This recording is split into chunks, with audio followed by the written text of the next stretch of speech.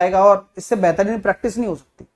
आइएगा, अब आते हैं अगले टॉपिक की तरफ। अगला टॉपिक आप डालेंगे प्रोपोर्शंस। तो आप कहेंगे सर प्रोपोर्शंस तो आपने पढ़ा दिया ना।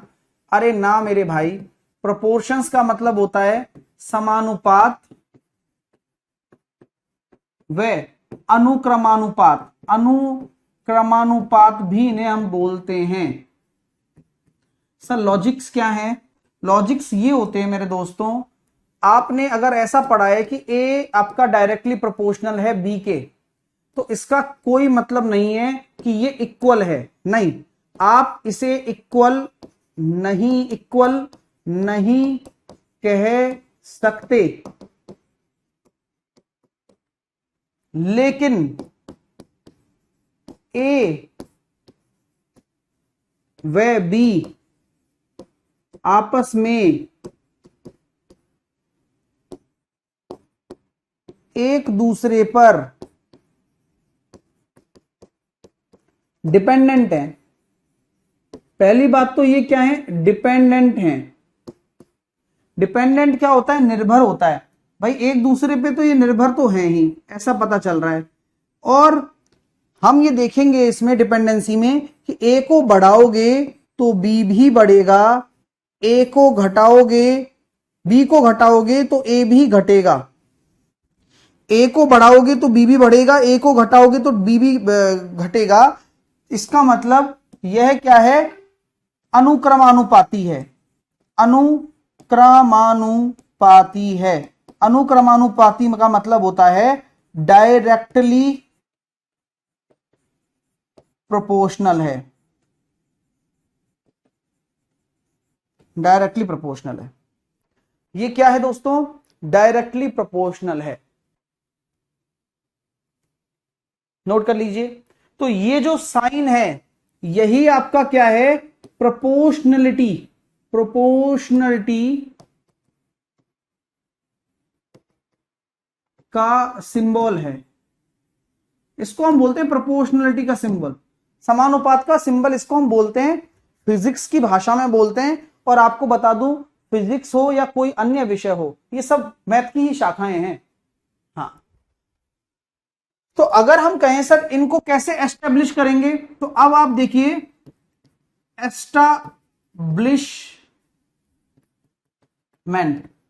एस्टैब्लिशमेंट क्या है इसका कि ए अगर इस प्रोपोर्शनलिटी के साइन को इक्वल में बदलना है तो एक कांस्टेंट मानना पड़ता है, बस नोट कर लीजिए।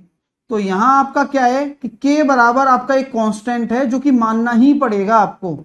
बिना माने आप कभी भी इसे प्रश्नों को सॉल्व ही नहीं कर पाएंगे। बात समझ में आ रही है? आप इस तरह के, अगर मैं आपको लिख देता हूं प्रोपोर्शनलिटी के साइन में कि A is directly proportional to B and inversely proportional to C, तो ये भी एक कंडीशन बन गई। तो भी यहां पर आपको अगर इनको एक इक्वेशन में बदलना है तो ए बराबर आपका के बी अपॉन सी होगा। के आपको मानना ही पड़ेगा। और के इसलिए मानना पड़ा कि अगर आप इसका चिन्ह हटाना चाहते हो तो आप बराबर लगाना चाहते हो तो एक कांस्टेंट भी देना पड़ता है। आप बड़ी से बड़ी इक्वेशन देख लीजिए, वहां एक कांस्टेंट जरूर होगा। आप कोई भी इक्वेशन उठा लो, जैसे कि आपने फोर्स का देखा होगा, गुरुत्वाकर्षण फोर्स का Gm1m2 अपॉन आर स्क्वायर।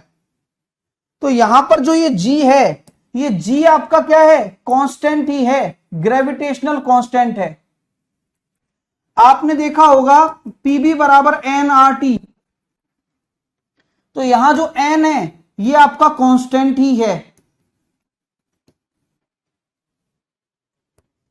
जितनी भी चीजें हैं, कोई भी इक्वेशन हो, स्प्रिंग कांस्टेंट भी जो के होता है ये भी कांस्टेंट ही होता है। बात समझ में आ रही है क्या? तो ये सब कांस्टेंट कहां से आए? ये सब कांस्टेंट इस प्रोपोर्शनलिटी से ही तो डेवलप हुए। तो कहने का लॉजिक ये है कि यहां पर अगर आप इस प्रोपोर्शनलिटी के चिन्ह को हटाओगे तो आपको के लगाना पड़ेगा, तभी आप इक्वल कर पाओगे। आप प्रोपोर्शन है तो प्रोपोर्शन लोगे, अगर आप इनवर्सली प्रोपोर्शन है तो इनवर्सली प्रोपोर्शनल लोगे, अगर प्रोपोर्शन के साथ साथ स्क्वायर भी है तो वो भी लोगे, वो अलग मैटर है। अब क्वेश्चन कैसे बनेंगे सर जी इन पर? तो एक एग्जांपल मैं आपको लेकर समझाता हूं और सब लोग सामने देखना, अभी नोट मत कर लेना, अभी नोट मत करना, पहले आप समझ लोगे तब नोट करने में मजा आएगा। मैंने आपको पहला एग्जांपल दिया कि ए आपका बी के बराबर है, मान लो बी के प्रपोर्शन में है, तो डायरेक्टली प्रोपोर्शनल हो गया। तो अगर आप ये बोल देते हैं सर बी बराबर आपका 20 है और ए बराबर आपका 10 है यहां पर, अब यदि बोल दिया मैंने, यदि ए बराबर आपका 60 आ गया तो बी की वैल्यू क्या होगी बताइए मेरे को, बस मैंने इतना सा आपको एग्जांपल दिया है।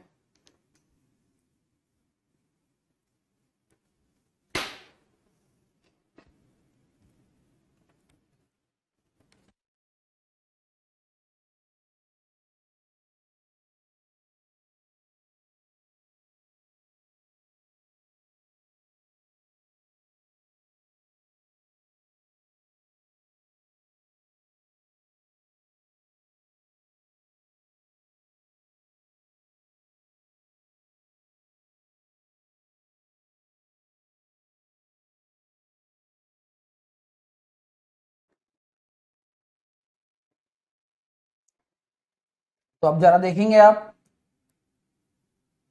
लोकेश कब लिया है आपने?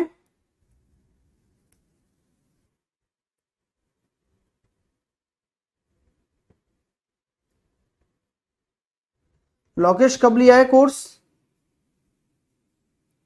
आज लिया है या 30 तारीख को लिया था?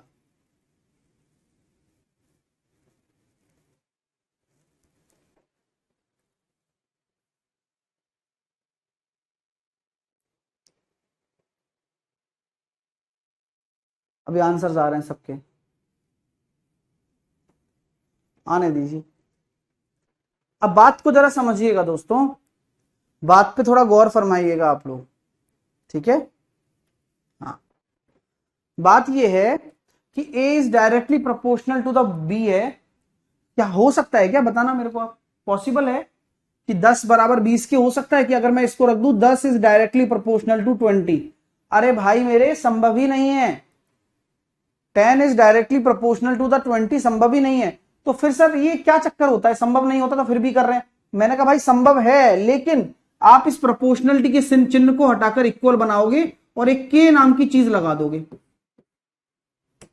तो यहां से आप के कांस्टेंट की वैल्यू निकाल लोगे, सर 1/2 आ रही है। अब इसी फॉर्मूले को जब जो फॉर्मूला बनेगा वो फॉर्मूला क्या बनेगा, ए बराबर के बी।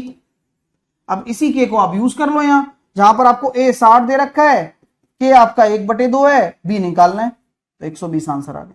कैसा लगा बताओ तरीका? इसी को कहते हैं प्रपोर्शन के क्वेश्चन करना, है गजब की चीज। हाँ, वो आवेश वाला भी है, के Q1 Q2 upon R2 R square.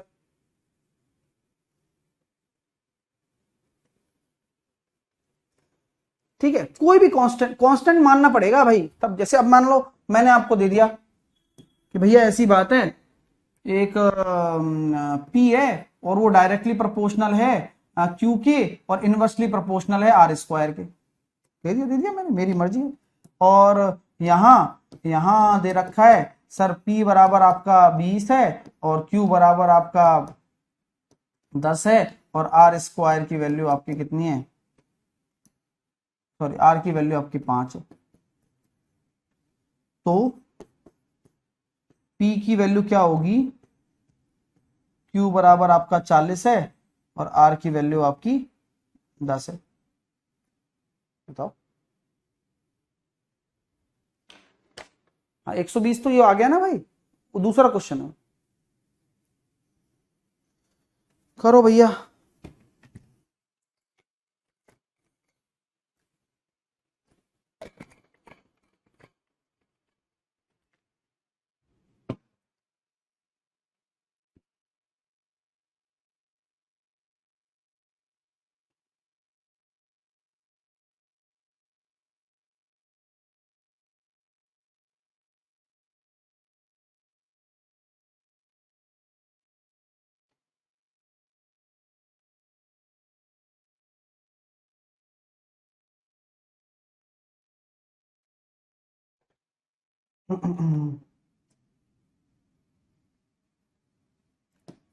P is equal to K Q upon R square, P is equal to 20 K Q, Q की वैल्यू 10 है और R स्क्वायर की वैल्यू हो जाएगी कितनी, 25। तो K की वैल्यू यहां से निकल कर आ रही है 50। फॉर्मूला बन चुका है अपना, P बराबर KQ अपॉन R स्क्वायर।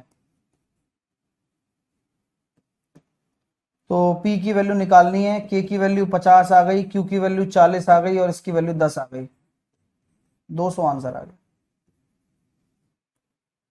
तो कोई दिक्कत है तो K की वैल्यू 50 आ गई है भाई, Q की वैल्यू 40 है और इसकी वैल्यू हो गई R स्क्वायर है, माफी चाहता हूँ, 20 आंसर आएगा,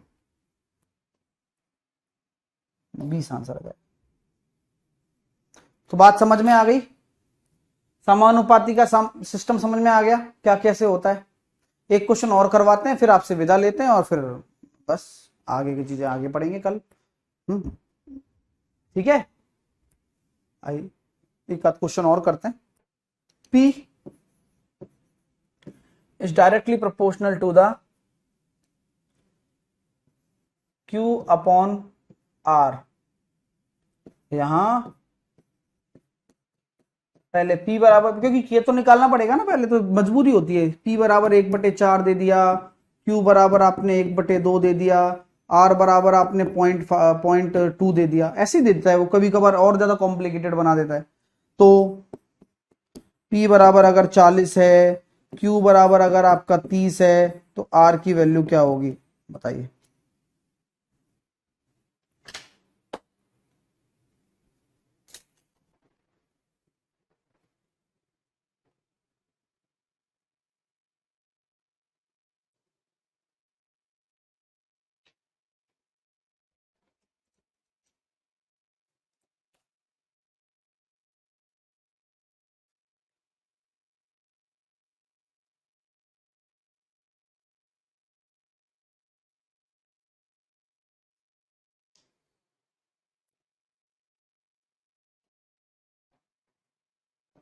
P बराबर KQ अपॉन R। तो यहां से हमने देखा सर P की वैल्यू 1/4, K Q की वैल्यू 1/2 और R की वैल्यू 2/10। K की वैल्यू कितनी आ रही है, 1/10। तो P की वैल्यू 40 है, K की वैल्यू 1/10 है, Q की वैल्यू 30 है, तो R की वैल्यू क्या होगी, R की वैल्यू हो जाएगी सर 3/40।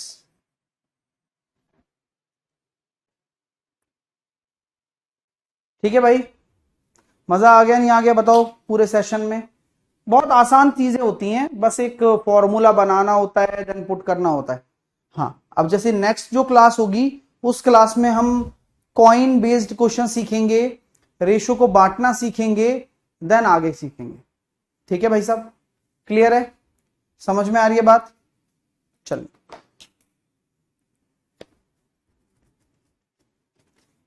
Bye bye. अभी 11 बजे भी क्लास है ना।